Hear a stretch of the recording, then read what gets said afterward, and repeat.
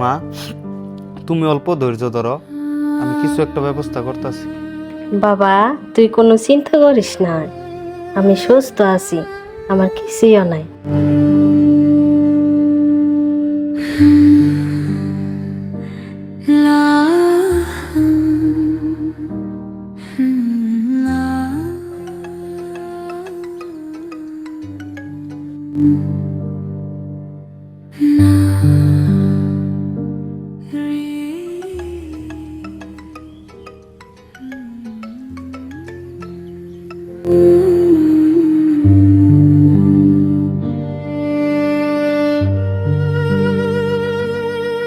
Hello, Karib, তোর কাছে কিছু টাকা আছে? মা খুব অসুস্থ রে, থাকলে দে না ভাই। আমার কাছে তো এখন টাকা নাই, কিন্তু তুই চিন্তা করিস না, আমি কিছু একটা ব্যবস্থা করতেছি তোর লিগে। ঠিক আছে।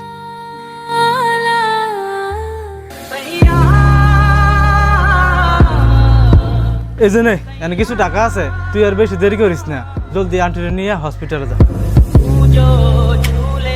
তুই আমার লগে আইতেলে। তাহলে দেরি করিস না, চল।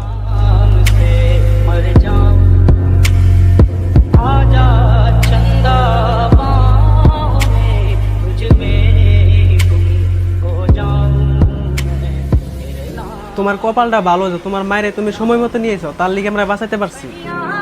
আশা করি তোমার মা এখন ভালো হয়ে যাবো, কিন্তু সময় মতো ওষুধগুলা খাওয়াও। এখন তোমার মারে বাড়িতে নিয়ে যেতে পারো। আজকে তুই না থাকলে হয়তো আমার মারে বাঁচাইতে পারতাম না। বন্ধু, এই ঋণ তোর আমি জীবনও শুধাইতে পারুম না।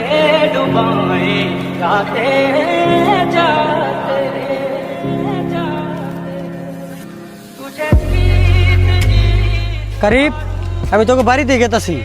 আন্টির অসুখটা ভালো হয়েছে কি?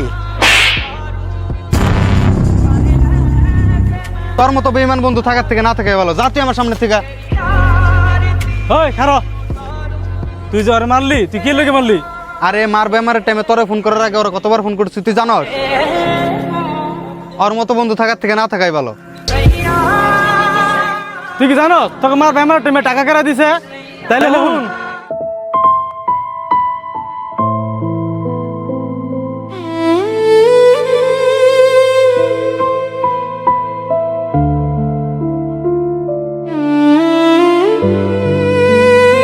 কি রে, কারিবে দুইবার ফোন করছিল, দিয়েছে ফোন করে।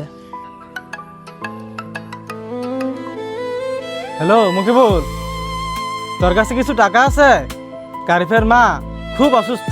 তার লিগে তো আমার কারিবে দুইবার ফোন করছিল। আমি যেমনি এক ব্যবস্থা করে আইতাছি। ঠিক আছে।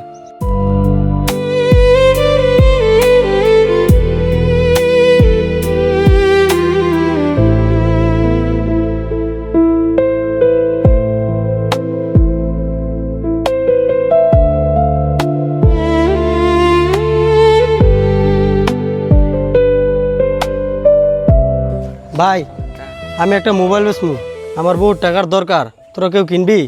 দে মোবাইলটা, টাকা 5,000 দিব। ঠিক আছে, দে ভাই। এই জন্য পয়সা, তুই বেশি দেরি করিস না, তাড়াতাড়ি কারেক্টে নিয়ে পয়সাটা দে, আমার আর কাম আছে। কোনো কিছু না জানি না একজন মানুষের উপর কোনোদিনও হাত উঠান লাগে না। संगम तेरा